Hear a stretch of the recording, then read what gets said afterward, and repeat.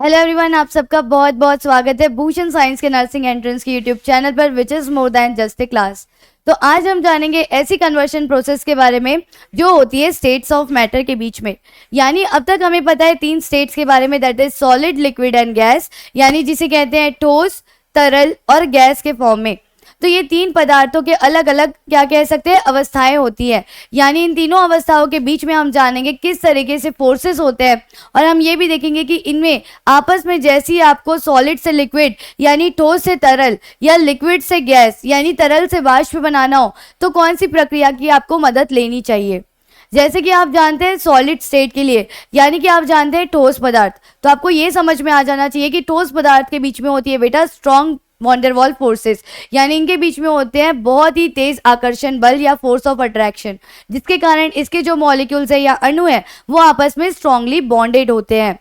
और अगर मैं बात करती हूँ लिक्विड के केस में, तो लिक्विड के जो मॉलिक्यूल्स होते हैं बेटा वो टाइटली बॉन्डेड नहीं होते, बॉन्डेड तो होते हैं लेकिन कम फोर्स ऑफ अट्रैक्शन और कम बॉन्डेड होने के कारण इसके मॉलिक्यूल थोड़े बिखरे हुए होते हैं। इसलिए आपने देखा होगा पानी को, जो कि एग्जिस्ट करता है लिक्विड फॉर्म में। फिर हम जानते हैं गैस के बारे में। गैस के जो मॉलिक्यूल्स होते हैं, गैस के मॉलिक्यूल आप कह सकते हैं आपस में बिल्कुल भी बॉन्डेड नहीं होते, जिसके कारण गैसियस के जो मॉलिक्यूल्स है इधर उधर बिखरे होते हैं और इसीलिए इसका जो वॉल्यूम है वो बाकियों से ज़्यादा हो सकता है। तो आपने जाना सॉलिड, लिक्विड एंड गैस के बारे में। अब सोचिए, जैसे अगर आपको कन्वर्शन करना हो सॉलिड से लिक्विड और लिक्विड से गैस, तो आप कन्वर्शन कैसे करेंगे उसके बारे में हम जानते हैं। जैसे फॉर एग्जाम्पल हमें कन्वर्ट करना है सॉलिड से लिक्विड में, तो आपको पता होना चाहिए कि सॉलिड से लिक्विड में जब हम कन्वर्ट कर रहे हैं तो कौन सी प्रक्रिया का हम मदद लेंगे।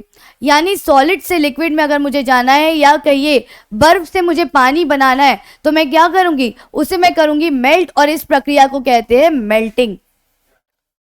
और अगर मुझे लिक्विड से गैस में बदलना हो तो, यानी अगर पानी से मुझे उसे वाष्प बनाना हो तो मैं क्या करूंगी, कोई बात नहीं, सीधा आप यहाँ ट्राई कर सकते हैं बॉइलिंग। इस प्रोसेस को कहते हैं बेटा बॉइलिंग। और लिक्विड से गैस बनने की प्रक्रिया को भी कहा जा सकता है वेपराइजेशन। पानी को अगर आपने बहुत देर तक धूप में छोड़ दिया तो आप देखेंगे कि पानी पूरा उड़ चुका है वाष्प बन के, उसे कहते हैं वेपराइजेशन।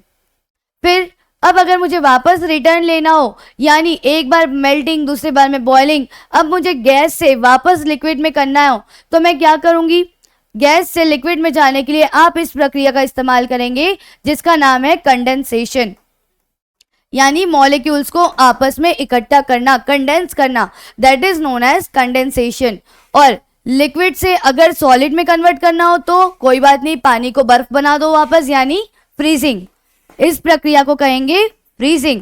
तो यहाँ पे 4 प्रक्रियाओं के बारे में आप समझ चुके हैं, melting, boiling, condensation and freezing. अब आपके सेमेस्टर में पूछा जाता है कि सॉलिड से डायरेक्ट गैस बनाना हो तब आप कौन सी प्रक्रिया का इस्तेमाल करेंगे। तो आपको समझ में आ जाना चाहिए कि सॉलिड के मॉलिक्यूल आपस में टाइटली बॉन्डेड है, और अगर मैं बात करती हूँ गैसियस की तो इसके मॉलिक्यूल्स आपस में बहुत ही लूजली बॉन्डेड है। यानी सॉलिड से डायरेक्ट गैस में जाना हो तो आप जिस प्रक्रिया का इस्तेमाल करेंगे उसे कहते हैं बेटा सब्लिमेशन। इस प्रक्रिया को कहेंगे सब्लिमेशन, जहां पे लिक्विड फेज नहीं होगा, जहां पे आपका सॉलिड लिक्विड फेज में नहीं आएगा, डायरेक्ट सॉलिड कन्वर्ट हो जाएगा गैसियस फेज में, इसे कहेंगे सब्लिमेशन।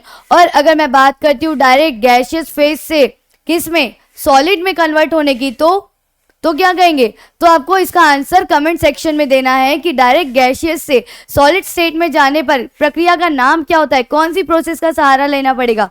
तो इसका आंसर मैं आपके भरोसे छोड़ती हूँ कि आप कमेंट सेक्शन में ज़रूर आंसर देंगे।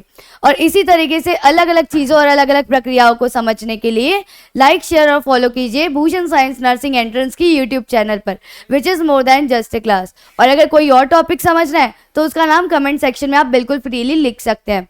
सो bye guys, have a very nice day.